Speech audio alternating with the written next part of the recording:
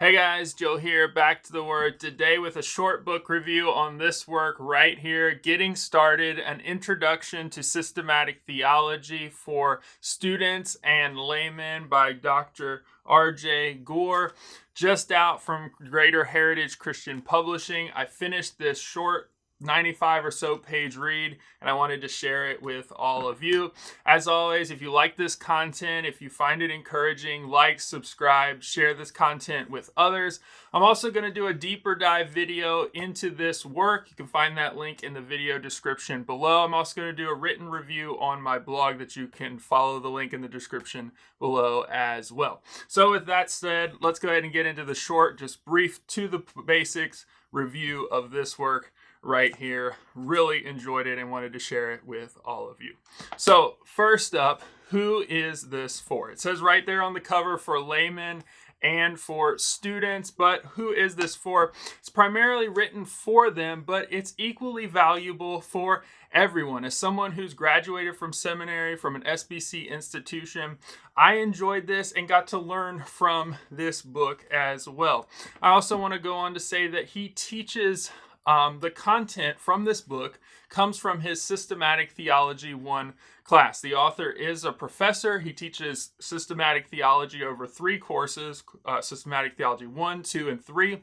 And this is really the content from the first part of Systematic Theology 1 class. This is the basics. This is getting you into the discipline, and it's really supposed to get the students started or get you started in systematic theology and know the basics so you can go further into a lifetime of study.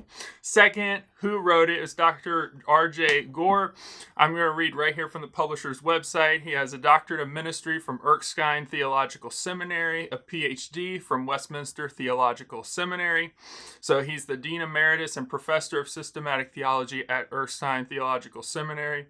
He served for 29 years as an Army chaplain, including combat tour in Iraq. He's pastored a small church and held numerous leadership roles in his presbytery and denomination. So we're talking PCA, Presbyterian Church of America, and the background with WTS, Westminster Theological Seminary, which will be helpful knowledge to know when you're reading this book. He is the author of at least 2 other books, or has been involved with 2 other published books, as well as this one right here, and you can do more research online. What stands out about this book? I really love this book for multiple reasons. It's a getting started guide in systematic theology. This is not on the disciplines of systematic theology. If you want an overview of, say, the theology of God proper, who he is, his existence, if you want an overview of something that's brief, what you need to know about soteriology, salvation, how people get saved, pneumatology, the spirit, hamartiology, sin, ecclesiology, the church, this is not the work for you. But for those who are entering and want to know what is the foundation, the history, specifically for the Reformed theologian in systematic theology, especially from a Presbyterian point of view and background, this is an excellent work.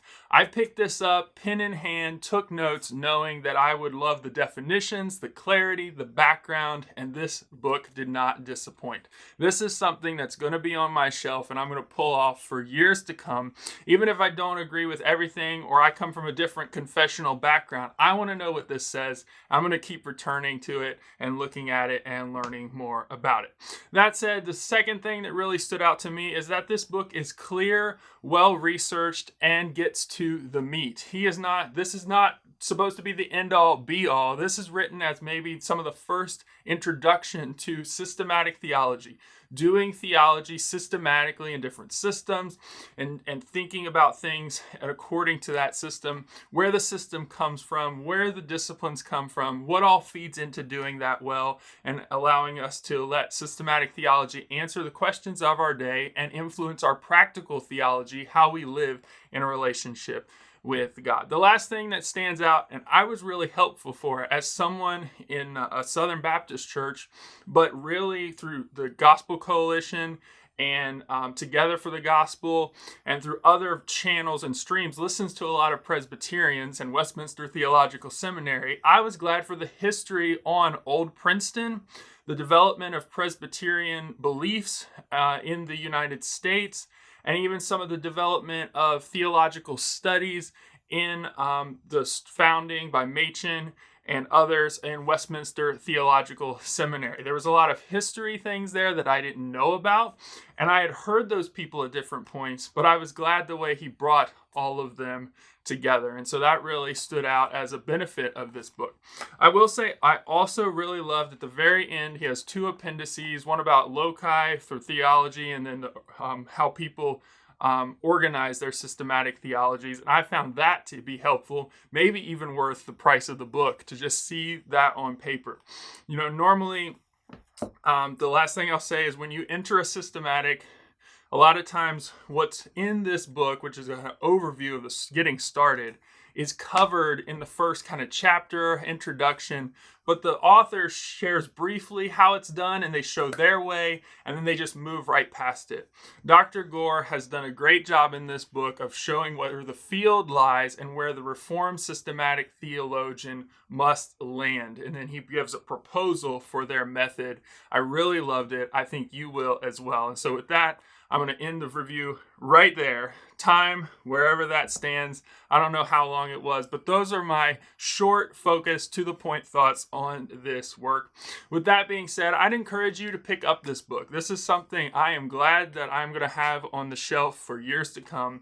Great, precise definitions, well researched, not just in his denominations, but across other things. He has stuff from Packer, who's in the Reformed, but in the Anglican side of things. He has some things in here from Grudem, well researched. You will benefit from reading this. Be someone who's been in theology for a long time or just getting started and just want to know what the conversation is.